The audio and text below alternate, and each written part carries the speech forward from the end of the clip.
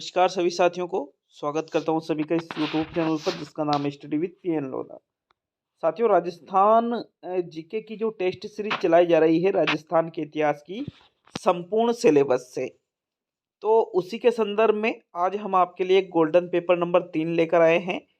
देखिएगा, राजस्थान के भूगोल की भी गोल्डन टेस्ट सीरीज चलाई जा रही है संपूर्ण सिलेबस से, और राजस्थान के इतिहास की भी गोल्डन सीरीज चलाई जा रही है संपूर्ण सिलेबस से। और निश्चित रूप से जिस तरह से यहाँ पर आपसे प्रश्न पूछे जा रहे हैं, तो उसी प्रकार से आपके एग्जाम में प्रश्न बनेंगे। प्रत्येक प्रश्न के लिए 1 नंबर रहेगा, और अगर आप कोई प्रश्न गलत करते हो तो 1/3 नंबर आपका कम किया जाएगा। साथियों, निश्चित रूप से जब आप पूरा टेस्ट अटेंड कर लो तो टेस्ट अटेंड करने के बाद में कमेंट बॉक्स में कमेंट करके जाना कि आपके कितने प्रश्न यहाँ पर सही हो रहे हैं। ये जो टेस्ट है सेकंड ग्रेड की जो भर्ती है उसके लिए, साथ ही रीट मेंस एग्जाम है लेवल 1 और लेवल 2 दोनों के लिए बेहद ही उपयोगी है। तो चलिए शुरू करेंगे आज के इस वीडियो को। पहला प्रश्न देखेंगे। देखिएगा, प्रश्न नंबर 1 है आपके, इनमें से असत्य कथन का चुनाव कीजिए। पहला विकल्प है आहड़ सभ्यता मृतकों का टीला। दूसरा है आहड़ सभ्यता मात्र सत्तात्मक सभ्यता। तीसरा है आहड़ सभ्यता की खोज अक्षय कीर्ति व्यास ने 1953 में की। और चौथा है आहड़ सभ्यता का प्राचीन नाम आघाटपुर। तो इनमें से जो कथन आपको असत्य लग रहा है, गलत लग रहा है, उसका चुनाव आपको पहले प्रश्न में करना है। बताइए पहले प्रश्न में इनमें से कौन सा विकल्प सही रहेगा। तो देखो, पहले प्रश्न का जो सही आंसर है वो रहेगा विकल्प नंबर 2। आहड़ सभ्यता मात्र सत्तात्मक सभ्यता नहीं थी, बल्कि आहड़ सभ्यता कहाँ पर है साथियों? उदयपुर में। बिल्कुल, ये पितृसत्तात्मक सभ्यता थी। तो इसी वजह से ये कथन क्या हुआ? असत्य हुआ। और इसीलिए आपके पहले प्रश्न का ये दूसरा विकल्प सही रहेगा। बाकी पहला तीसरा और चौथा जो विकल्प है ये सत्य कथन है, अतः ये आपका आंसर नहीं होगा। प्रश्न संख्या 2 की ओर बढ़ेंगे। दूसरे प्रश्न को देखने से पहले बता दूं कि आपके आज साथियों, आज दिनांक 7/12/2022 को जो study with PN Lodha application है 149 रुपये वाला जो कोर्स है, उसमें L2 के लिए SST वाले जो हैं साथियों, SST वाले जो हैं, इनके लिए SST का पेपर नंबर 2 अपलोड किया जा चुका है SST के लिए, और साथ ही हिंदी वालों के लिए भी पेपर आने वाला है। और आपके राजस्थान अध्ययन का जो 99 वाला कोर्स है, उस पे भी कक्षा 6ठी 7वीं 8वीं और 9वीं की किताबें पूर्ण हो चुकी है। 10वीं की किताब जो है साथियों राजस्थान अध्ययन की, ये आपके चलाई जा रही है। तो जिसमें संविधान वगैरह सारी चीज़ें राजस्थान की जीके टोटल आ जाती है। इस कोर्स में आपको ये सारी चीज़ें उपलब्ध हो जाती हैं। तो अगर निश्चित रूप से आपने ऐप को डाउनलोड नहीं कर रखा है तो पहले ऐप को डाउनलोड करके और कोर्स को ज्वाइन जरूर करिएगा। एग्जाम तक आपसे सिर्फ एक बार फीस ली जाएगी, किसी भी प्रकार का इसके अलावा आपसे शुल्क नहीं लिया जाएगा।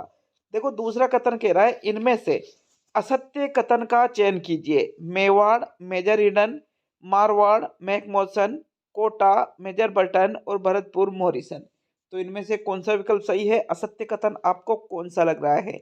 देखो, ये रियासतों के नाम है। ये किनके नाम है? रियासतों के। और ये जो है पॉलिटिकल एजेंट के नाम है। देखो, जो 1857 की क्रांति हुई थी साथियों, तो उस समय भरतपुर का पॉलिटिकल एजेंट, कोटा का पॉलिटिकल एजेंट, मारवाड़ का पॉलिटिकल एजेंट और मेवाड़ का पॉलिटिकल एजेंट। अब आपको जो गलत लग रहा है उसका चयन प्रश्न नंबर 2 में करना है। तो साथियों, दूसरे प्रश्न का सही आंसर है जो मारवाड़ का, कोटा का और भरतपुर का जो पॉलिटिकल एजेंट है, ये तो सही दे रखे हैं, लेकिन मेवाड़ का पॉलिटिकल एजेंट यहाँ पर गलत दे रखा है। मेवाड़ का पॉलिटिकल एजेंट मेजर ईडन नहीं था, बल्कि कौन था साथियों? शोवर्स था।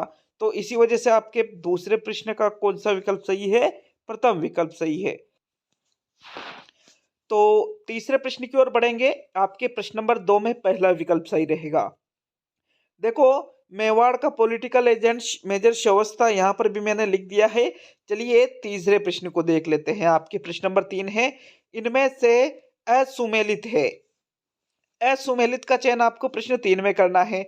नौह सभ्यता भरतपुर, रेड सभ्यता निवाई टोंक, बेराट सभ्यता, जयपुर, रंगमहल सभ्यता, गंगानगर। तो इनमें से जो आपको असुमेलित मतलब गलत लग रहा है उसका चयन आपको प्रश्न संख्या 3 में करना है। और तीसरे प्रश्न का सही आंसर देखते हैं। देखिएगा प्रश्न नंबर 3 में कौन सा विकल्प सही रहेगा। तो देखो आपके विकल्प नंबर जो 4 है तीसरे प्रश्न का सही उत्तर होगा, क्योंकि रंगमहल सभ्यता जो है ये गंगानगर में नहीं है, बल्कि रंगमहल सभ्यता कहाँ पर है आपके हनुमानगढ़ में। कहाँ पर पड़ती है? हनुमानगढ़ में पड़ती है। इसी वजह से विकल्प नंबर 4 आपका सही उत्तर है। बाकी बेराट जयपुर में है, रेड निवाई टोक में है और नोह भरतपुर में है। चलिए चौथे प्रश्न की ओर बढ़ेंगे। चौथा प्रश्न देख लेते हैं।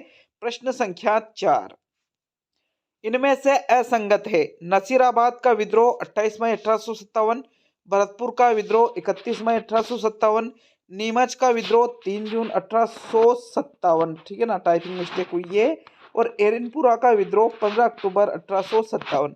तो चौथे प्रश्न का कौन सा विकल्प सही रहेगा?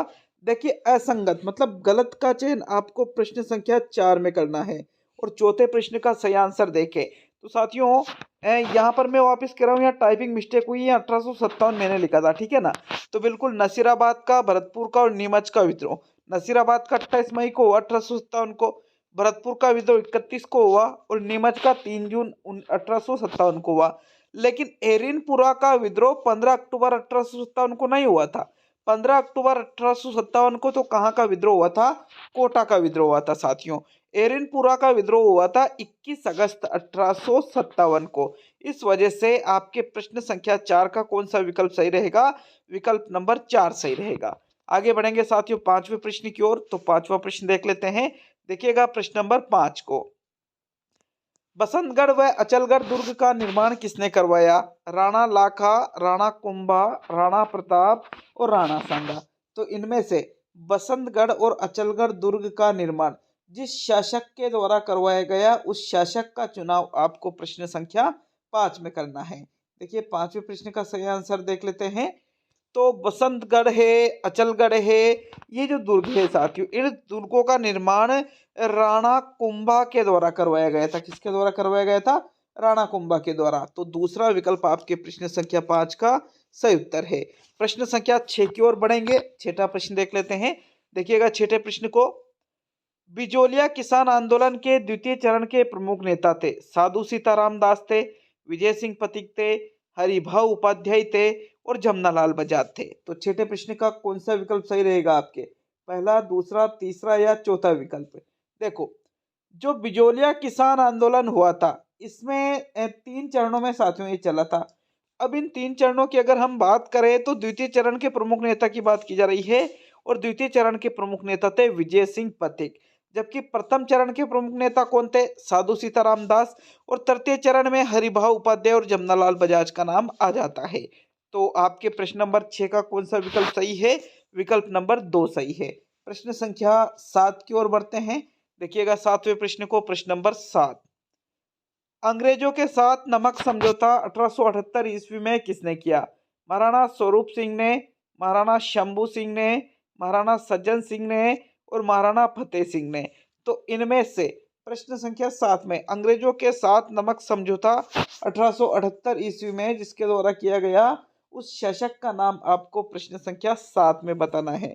तो 7वें प्रश्न का सही आंसर बताइए साथियों, कौन से विकल्प का चुनाव करोगे प्रश्न संख्या 7 में?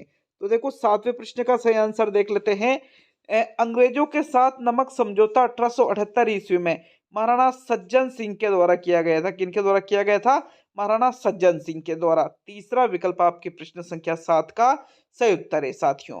प्रश्न संख्या 8 की ओर बढ़ेंगे। देखिएगा 8वें प्रश्न में क्या पूछ रहा है आपके प्रश्न संख्या 8, डाबी गांव हत्याकांड कब हुआ था? 13 जुलाई 1923, 2 अप्रैल 1923, 5 अगस्त 1923 और 17 मार्च 1923। तो इनमें से डाबी गांव हत्याकांड जिस मतलब देखो 1923 में हुआ, लेकिन 1923 में कब हुआ था? तो आपको ये बताना है प्रश्न संख्या 8 में। कौन से विकल्प का चुनाव करोगे? प्रश्न संख्या 8 में डाबी गांव हत्याकांड की यहाँ पर बात की जा रही है। और डाबी गांव हत्याकांड जो हुआ था साथियों, यह हुआ था 2 अप्रैल 1923 को। कब हुआ था? 2 अप्रैल 1923 को। 8वें प्रश्न में आपके कौन सा विकल्प सही रहेगा? विकल्प नंबर 2 सही रहेगा। देखो डाबी गांव हत्याकांड के बारे में अगर हम बात करें तो किसानों की सभा हो रही थी और इस पर इकराम हुसैन नामक एक पुलिस अधिकारी थे जिनके द्वारा गोलियां चला दी गई थी साथियों, जिसमें नाम सुना होगा नानक जी भील का। ये झंडा गीत गा रहे थे उस समय और इनको गोली लगी और ये शहीद हो गए थे साथियों। कौन हुए थे? नानक जी भील शहीद हुए थे। तो आपके यहाँ पर 8वें प्रश्न का कौन सा विकल्प सही है? विकल्प नंबर 2 सही है। प्रश्न संख्या 9 की ओर बढ़ेंगे साथियों। 9वां प्रश्न क्या पूछ रहा है, देख लेते हैं 9वें प्रश्न को। इनमें से असुमेलित है। असुमेलित मतलब गलत का चयन आपको प्रश्न संख्या 9 में करना है। विकल्प है पाहेबा साहेबा का युद्ध 1542, दरमत का युद्ध 1658, दोराई का युद्ध 1659, आवल बावल की संधि 1454। तो साथियों इनमें से जो आपको असुमेलित लग रहा है तो 9वें प्रश्न का सही आंसर देख लेते हैं। देखिएगा प्रश्न नंबर 9 में कौन सा विकल्प सही रहेगा। आपके आवल बावल की जो संधि है ये 1454 में नहीं हुई थी, बल्कि आवल बावल की संधि 1453 ईस्वी में हुई थी। अतः ये क्या हुआ? असुमेलित हुआ। इसी वजह से प्रश्न संख्या 9 में आपके जो चौथा विकल्प है यही आपका सही उत्तर होगा साथियों। देखिएगा पाहेबा साहिबा का युद्ध 42 में था, धर्मत का युद्ध 58 में लड़ा गया और दोराई का युद्ध 1659 में लड़ा गया था। प्रश्न संख्या 10 की ओर बढ़ेंगे साथियों। 10वां प्रश्न देख लेते हैं। देखो ये आवल बावल की संधि जो 1453 ईस्वी में हुई थी, मेवाड़ और मारवाड़ के बीच में सीमा का निर्धारण इस संधि के माध्यम से किया गया था। और ये जो संधि है साथियों ये हंसाबाई के द्वारा करवाई गई थी। कहाँ की थी ये? मारवाड़ की। और इनकी शादी कहाँ हुई थी?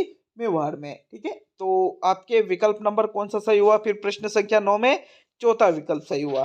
प्रश्न संख्या 10 की ओर बढ़ते हैं। 10वां प्रश्न देख लेते हैं। आपके प्रश्न संख्या 10 में क्या पूछा जा रहा है? देखिएगा 10वें प्रश्न को। राजस्थान का जलियांवाला बाग हत्याकांड जो मानगढ़ पहाड़ी पर हुआ था किस तिथि को?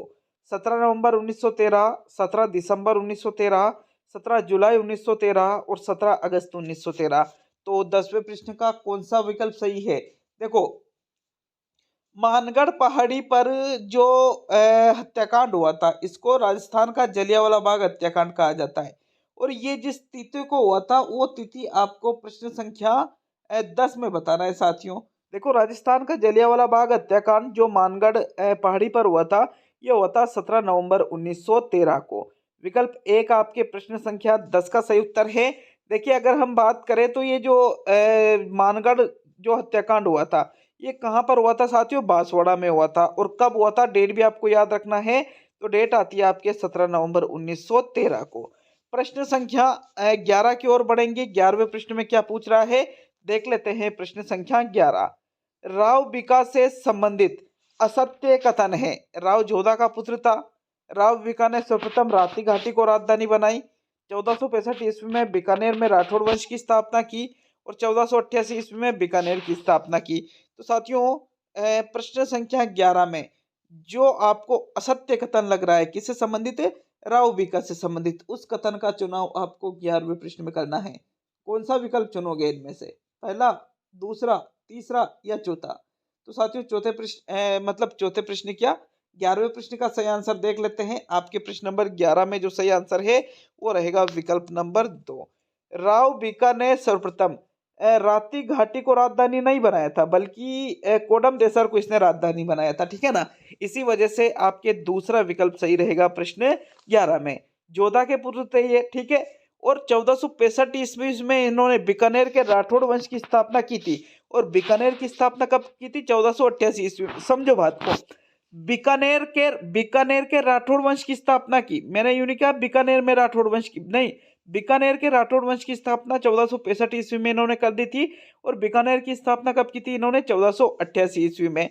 तो इसी वजह से आपके दूसरा विकल्प 11वें प्रश्न का सही आंसर है। प्रश्न नंबर 12 को देखते हैं। आपके प्रश्न संख्या 12 जयराम पेशा कानून 1930 के अनुसार कितने वर्ष से अधिक भील पुरुषों व महिलाओं को प्रतिदिन थाने में हाजिरी देना होता था? भील क्या मीणा है? ये कहाँ क्या है? यहाँ पर मीणा है। 10 वर्ष, 11 वर्ष, 12 वर्ष और 14 वर्ष। तो 12वें प्रश्न का सही आंसर बताइए। देखिए एक कानून था जिसका नाम है जयराम पेशा कानून 1930। ठीक है ना, ये कानून क्या कहता था कि 12 वर्ष से अधिक जो मीणा जाति के पुरुष या महिलाएं हैं उनको प्रतिदिन थाने में जाकर हाजिरी देना होगा। कौन कितने वर्ष साथियों? 12 वर्ष से अधिक। तो देखो भील नहीं है, मैं वापस दोहरा रहा हूँ, यहाँ पर मीणा शब्द आएगा। ठीक है ना, विकल्प नंबर 3 आपके प्रश्न संख्या 12 का सही आंसर है साथियों। प्रश्न संख्या 13 की ओर बढ़ते हैं। देखिएगा प्रश्न नंबर 13 को, किसके शासनकाल को बीकानेर चित्रकला का स्वर्णकाल कहा जाता है? कर्ण सिंह, अनूप सिंह, सूर सिंह और दलपत सिंह। तो जिसके शासनकाल को बीकानेर चित्रकला का स्वर्णकाल कहा जाता है वो आपको प्रश्न संख्या 13 में बताना है। सही आंसर देखिए 13वें प्रश्न का कि भाई जिसके शासनकाल को बीकानेर चित्रकला का स्वर्णकाल कहा जाता है साथियों, उस शासक का नाम क्या है? अनूप सिंह। क्या नाम है उसका? अनूप सिंह है। बिल्कुल अनूप सिंह के काल को ही बीकानेर चित्रकला का स्वर्णकाल कहा जाता है। इस वजह से दूसरा जो विकल्प है आपके 13वें प्रश्न का बिल्कुल सही आंसर है। प्रश्न संख्या 14 की ओर बढ़ेंगे। देखिए 14वें प्रश्न को देख लेते हैं। प्रश्न नंबर 14 क्या है?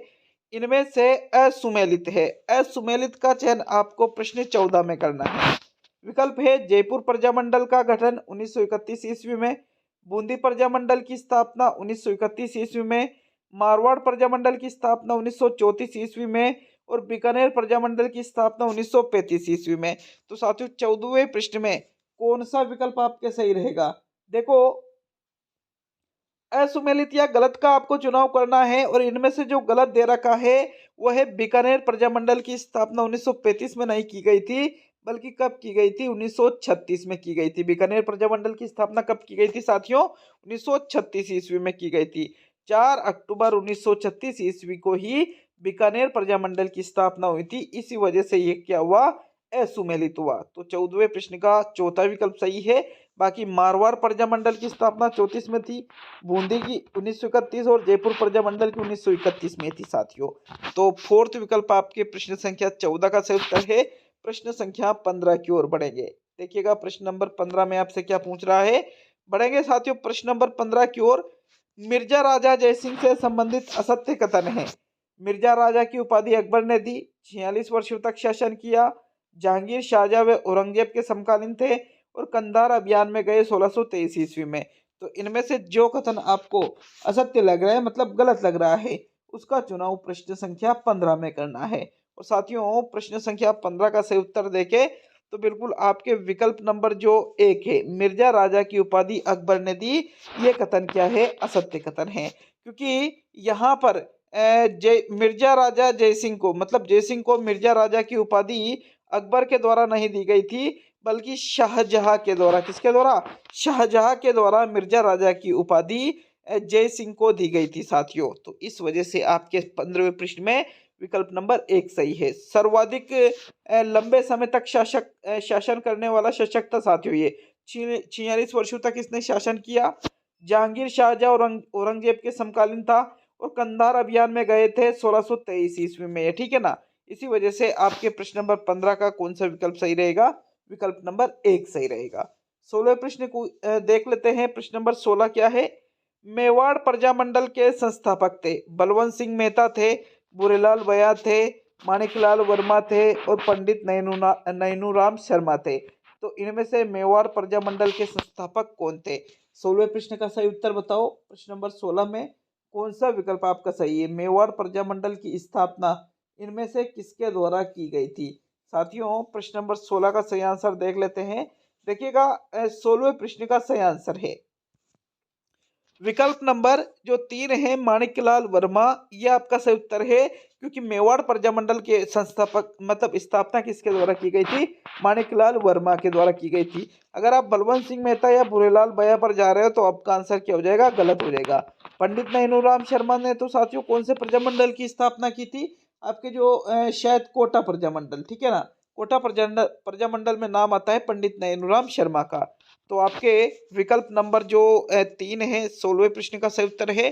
प्रश्न संख्या 17 की ओर बढ़ते हैं। देखिएगा 17वां प्रश्न है आपके।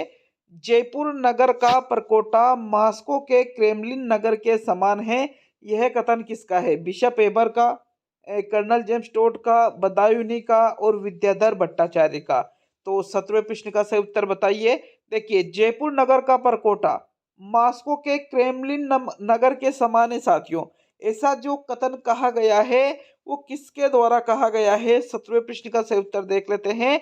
आपके विकल्प नंबर जो 1 है, बिशप हेबर के द्वारा। किसके द्वारा? बिशप हेबर के द्वारा ही जयपुर नगर का जो प्रकोटा है, इसके संबंध में ये कथन कहा गया है। तो 17वें प्रश्न में आपके विकल्प जो 1 है, यह आपका सही उत्तर है। प्रश्न नंबर 18 की ओर बढ़ते हैं। देखिएगा 18वें प्रश्न को, इनमें से असंगत है, गलत का चुनाव आपको 18वें प्रश्न में करना है। राजस्थान की सबसे प्राचीन रियासत मेवाड़, राजस्थान की सबसे नवीन रियासत झालावाड़, क्षेत्रफल की दृष्टि से राजस्थान की सबसे छोटी रियासत टोंक और जनसंख्या के आधार पर राजस्थान की सबसे छोटी रियासत शाहपुरा। तो इनमें से जो आपको असंगत लग रहा है, गलत लग रहा है, उसका चयन प्रश्न संख्या 18 में करना है। और साथियों 18वें प्रश्न का सही उत्तर देख लेते हैं। तो बिल्कुल आपके प्रश्न संख्या 18 में जो सही आंसर है वो रहेगा विकल्प नंबर 3, क्योंकि ये कह रहा है कि क्षेत्रफल की दृष्टि से राजस्थान की सबसे छोटी रियासत टोंक थी। तो बिल्कुल टोंक नहीं थी साथियों, बल्कि क्षेत्रफल की दृष्टि से राजस्थान की सबसे छोटी रियासत कौन सी थी? शाहपुरा थी। और जनसंख्या के आधार पर भी राजस्थान की सबसे छोटी रियासत कौन सी थी? शाहपुरा थी। तो इसी वजह से आपके यहाँ पर प्रश्न संख्या 18 में कौन सा विकल्प सही रहेगा? विकल्प नंबर 3 सही रहेगा साथियों। प्रश्न संख्या 19 की ओर बढ़ते हैं। देखिएगा प्रश्न नंबर 19 में क्या पूछ रहा है आपसे। तो 19वां प्रश्न है आपके, किलहार ने किसकी तुलना कालिदास व भवभूति विद्वान से की थी? अजयराज की, अर्णोराज की, विग्रहराज चतुर्थ की और पृथ्वीराज तृतीय की। तो 19वें प्रश्न का सही उत्तर बताइए साथियों। प्रश्न संख्या 19 में कौन सा विकल्प आपको सही लग रहा है? 19वें प्रश्न का सही आंसर देख लेते हैं। देखिए, किलहोर्न के द्वारा जिसकी तुलना कालिदास व भवभूति विद्वान से की गई थी साथियों, उस शासक का नाम आपको प्रश्न 19 में बताना है। और 19वें प्रश्न का सही उत्तर है आपके विकल्प नंबर 3, विग्रहराज चतुर्थ की तुलना ही किलहोर्न ने कालिदास और भवभूति विद्वान से की थी। तो विकल्प 3 आपके 19वें प्रश्न का सही उत्तर है। अब आज का अंतिम और 20वां प्रश्न देख लेते हैं। देखते हैं प्रश्न नंबर 20 में आपसे क्या पूछ रहा है। अच्छा लगे वीडियो तो निश्चित रूप से लाइक और शेयर जरूर करके जाइएगा साथियों। आज का अंतिम और 20वां प्रश्न है, मैं अपने डेथ वारंट पर हस्ताक्षर कर रहा हूं, यह कथन किसका है? चंद्रवीर सिंह का, बहादुर सिंह का, सुमेर सिंह का और भीम सिंह का। तो 20वें प्रश्न का सही आंसर देख लेते हैं। देखिएगा, मैं अपने डेथ वारंट पर हस्ताक्षर कर रहा हूँ, ये जो कथन कहा गया है ये चंद्रवीर सिंह के द्वारा कहा गया है। और साथियों चंद्रवीर सिंह जो थे, ये बांसवाड़ा रियासत के शासक थे, जिन्होंने एकीकरण के समय क्या कहा था कि मैं अपने डेथ वारंट पर हस्ताक्षर कर रहा हूँ। तो बिल्कुल आपके विकल्प नंबर जो 1 है 20वें प्रश्न का सही उत्तर है। ये गोल्डन पेपर नंबर जो 7 है आपके राजस्थान के इतिहास का, ये कंप्लीट हो चुका है साथियों। कैसा लगा है वीडियो निश्चित रूप से कमेंट बॉक्स में कमेंट करके जरूर जाएगा। और ऐप को डाउनलोड नहीं कर रखा है तो ऐप को डाउनलोड करने की मैंने जो लिंक है कमेंट बॉक्स में भी दे दी है, और आप प्ले स्टोर पे जाकर भी ऐप को डाउनलोड कर सकते हो। तो मिलते हैं नेक्स्ट वीडियो में। बहुत बहुत धन्यवाद सभी का वीडियो को पूरा देखने के लिए।